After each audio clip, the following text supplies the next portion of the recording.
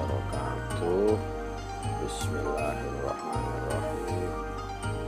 Selamat malam, selamat pagi, selamat siang, selamat sore dulur.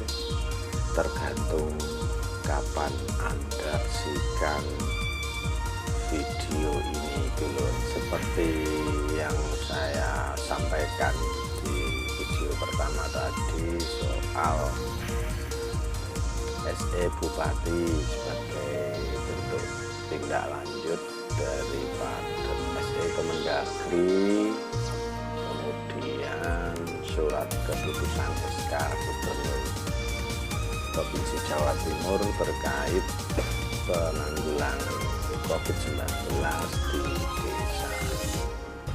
Surat edaran Bupati Lamongan ini tertanggal 10 Februari 2021, jadi baru kemarin, masih hangat sekali. SE ditujukan kepada Kepala OPD Organisasi Perangkat Daerah Sekabupaten Lamongan, pelaku usaha, pimpinan BUMN dan BUMD, pengurus tempat ibadah seluruh camat, dan Kepala Desa Sekabupaten Lamongan. Surat edaran nomor 443-24-24-24-013-2021 tentang pemberlakuan pembatasan kegiatan masyarakat berbasis mikro dan pembentukan posko penanganan coronavirus COVID-19 di tingkat desa dan kelurahan untuk pengendalian penyebaran COVID-19 di Kabupaten Lamongan. Dasar SE berupa Instruksi Menteri Dalam Negeri Nomor 3 Tahun 2021 dan Keputusan Gubernur Jawa Timur Nomor 188 yang kemarin sempat kita bahas. SE ini langsung to the point. Ada 4 hal isi SE ini. Yang pertama yaitu pemberlakuan PPKM mikro, pembatasan kegiatan masyarakat berbasis mikro, dan pembentukan posko. Nomor 1 ini adalah pemberlakuan PPKM mikro sampai dengan tingkat RT dengan mempertimbangkan kriteria zonasi pengendalian wilayah sebagai berikut. Zona hijau, penegasan kembali dari surat keputusan gubernur. Zona hijau, ada zona kuning, ada zona oranye.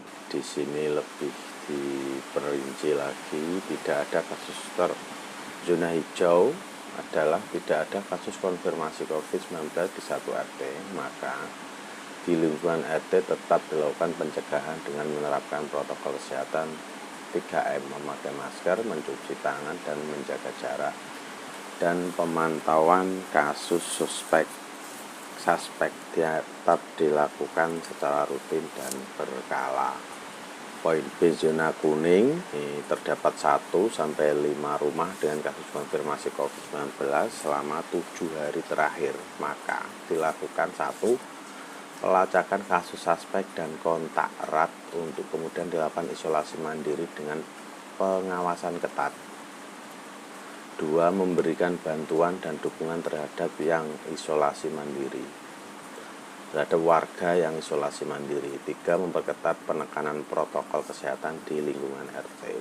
C. Zona oranye, terdapat 6-10 orang dengan kasus konfirmasi COVID-19 selama 7 hari terakhir, maka dilakukan 1. Pelacakan kasus suspek dan kontak erat untuk kemudian dilakukan isolasi mandiri dengan pengawasan ketat. 2. Memberikan bantuan dan dukungan terhadap warga yang isolasi mandiri, memperketat penerapan protokol kesehatan di lingkungan RT, pembatasan aktivitas tempat ibadah 25% dari kapasitas, menutup tempat bermain anak dan tempat umum lainnya kecuali sektor esensial.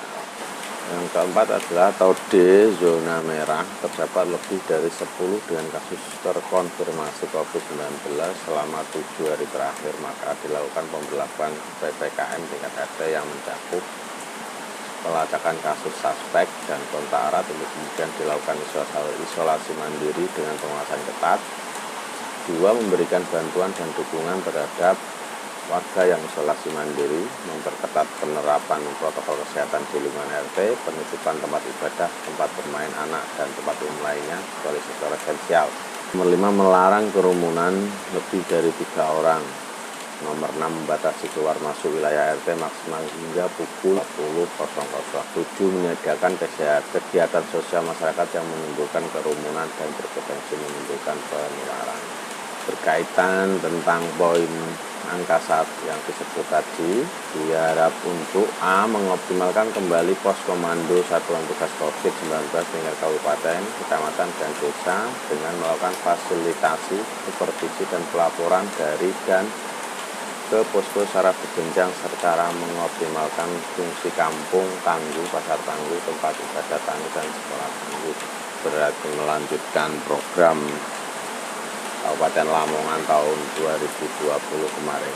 B. Camat memerintahkan kepala desa atau lurah untuk mengoptimalkan posko Satuan Tugas COVID-19 desa atau kelurahan dengan melakukan koordinasi bersama Ketua RT, Satuan Perlindungan Masyarakat, Babinsa, Babin Kamtibmas, TPPKK, Desa, Satpol PP, Posyandu, Desa Wisma, tokoh masyarakat, tokoh agama, Karang Taruna, dan relawan lainnya. Posko ini mempunyai fungsi pencegahan, penanganan, pembinaan, dan mendukung pelaksanaan penanganan COVID-19 tingkat desa dan kelurahan. Adapun standar operasional prosedur SOP PPKM tingkat RT sebagai berikut. Di setiap RT dibentuk tim penanganan COVID-19 yang diketuai oleh Ketua RT dan unsur pengurus RT, PKK, Posyandu, dan Wisma sebagai anggota dengan tugas menindaklanjuti informasi, data, atau informasi probabil yang diterima. Oke, ini namanya adalah tim penanganan COVID-19, bukan relawan. Melakukan pengawasan dan keputusan warga yang menjalani isolasi mandiri. Nah, terkait poin 1, di SC ini memakai istilah tim penanganan, bukan relawan. Di sini artinya bisa berkonsekuensi pembiayaan untuk yang ditunjuk oleh kepala desa atau lurah. Jadi nanti Pak Kades dan Pak Lurah membuat SK tentang tim penanganan COVID tingkat RT yang diketuai oleh RT, melakukan pengawasan dan kepatuhan warga yang menjalani isolasi mandiri. Nah, tugas daripada tim penanganan COVID tingkat RT adalah melakukan pengawasan dan kepatuhan warga yang menjalani isolasi mandiri. Nomor 3, mengkoordinasikan bantuan kebutuhan sehari-hari bagi warga yang menjalani isolasi mandiri. Memperketat penerapan kepatuhan protokol kesehatan 3M, memakai masker, menjaga jarak, mencuci tangan di lingkungan RT utamanya saat keluar rumah. 5. Berkoordinasi dengan bidan desa, perawat desa, puskesmas setempat jika ada warga yang isolasi mandiri. Nomor 6. Berkoordinasi dengan pos komando desa dan kecamatan bila terdapat warga RT yang harus menjalani isolasi mandiri dan atau bila terjadi permasalahan terkait dengan COVID-19. Setiap tugas pokok dan fungsinya tim penanganan COVID-19. 3. Hal-hal yang dipersyaratkan dalam menjalankan isolasi mandiri yaitu tidak melakukan kontak fisik dengan anggota keluarga lain, tidak keluar rumah dan tidak menerima tamu, tempat makan dan kamar tidur terpisah, kamar mandi harus terpisah dan bila tidak terpisah maka wajib dibersihkan setiap kali selesai digunakan. Semua anggota keluarga selalu menjaga jarak dan memakai masker meskipun berada di rumah.